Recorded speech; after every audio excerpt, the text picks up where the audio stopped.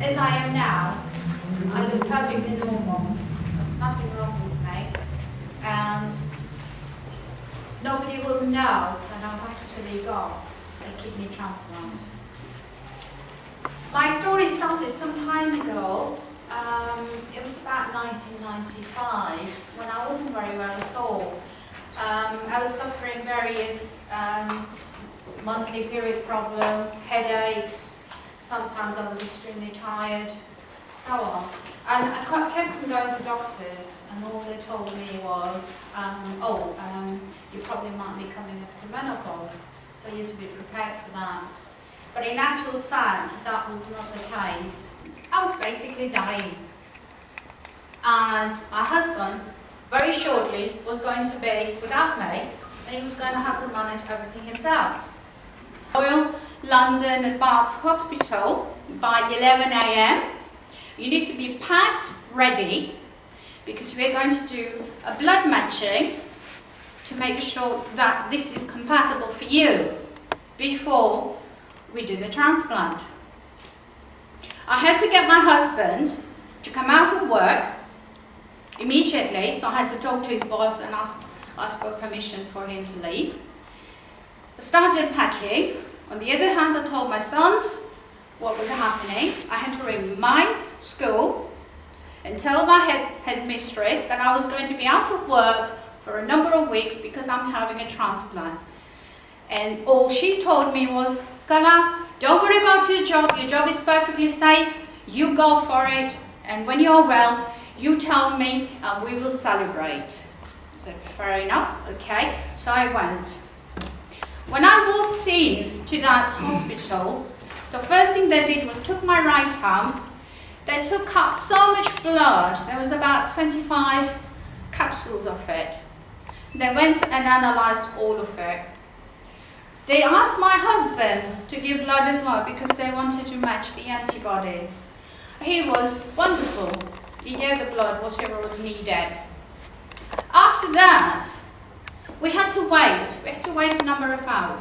Then the consultant came in and he said to me, Mrs. Mystery, we are not going to ask any other donors to come in and have a blood test because yours is 99% match.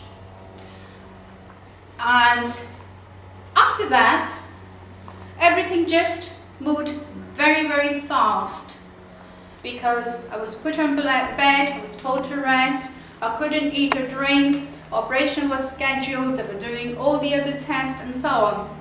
And overnight, I had a kidney transplant.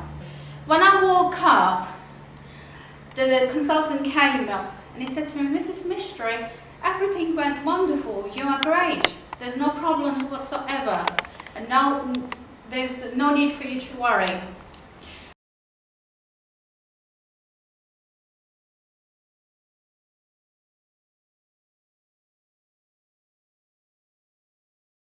And amongst congratulate Dr. Ebemrc and his team for putting this wonderful occasion together.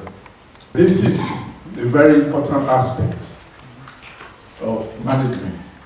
I know my day's job is not to do with any public health, but as a physician, our duty is to ensure good health and prolongation of life.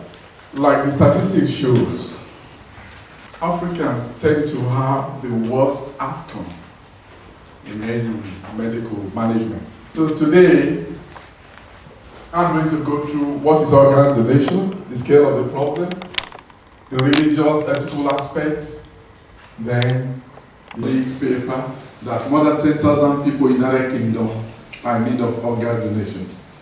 But only 3% of organ donors come from the African and ethnic minority background. Transplanted an organ from one identical to the other. That was possible because they had the same genetic material. But look at all of us here. How many of us are twins? And how many of us are identical twins when we can have a transplant without any rejection?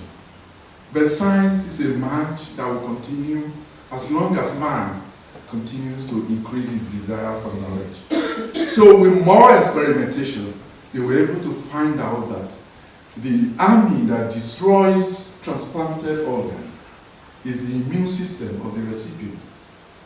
And to make organ transplantation possible, they had to suppress this army, which we call the immune system. So that led to the discovery of anti-rejection drugs.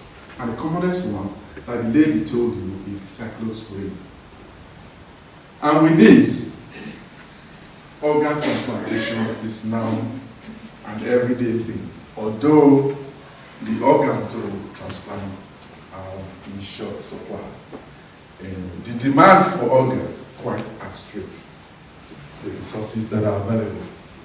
Now, to the religious aspect of organ donation, all religions believe that there is a place to sustain life. All religions preach love. And when we have love for each other, we give to each other. So the Buddhists believe that there are no injunctions in Buddhism for or against organ donation. The Christian faith is based on love, like I said. And emphasis is on giving. And you can sum it up by freely giving so that you will freely receive. That's what the Bible teaches us. So, as we go along in this discussion, you will observe that the teaching of Christ can be summarized in one short statement, that we should love our neighbor as ourselves. In religion, they also believe that the body should not be dismembered for any reason. But there was a fatwa in this country a few years ago by the council, the spiritual council of Islam in the United Kingdom, that the desire to reduce pain and prolong the life of a fellow human being supersedes that reason for not dismembering the body. Based on the result that they support organ transplantation as a means of alleviating pain and saving life. The Bini, or the Edo-speaking people that based from southern Nigeria, they see the body as sacred and that it should not be dismembered for whatever reason. They believe that there is reincarnation, that when you leave this phase of existence, you move into another phase of existence, and you need your total body parts. That is their belief. But now, with education, there are cultural changes that, as much as possible, when there is health needs, that we should be able to give, so that in our own turn, if we do need, we can also receive as well. So the summary is that the ancient and traditional beliefs are gradually giving way to modern thinking. So the ethics of organ donation and transplantation. The Catholic Church, the Buddhists, Judaism, they all believe that this body is the temple of the Lord, that giving is based on love and no other reason.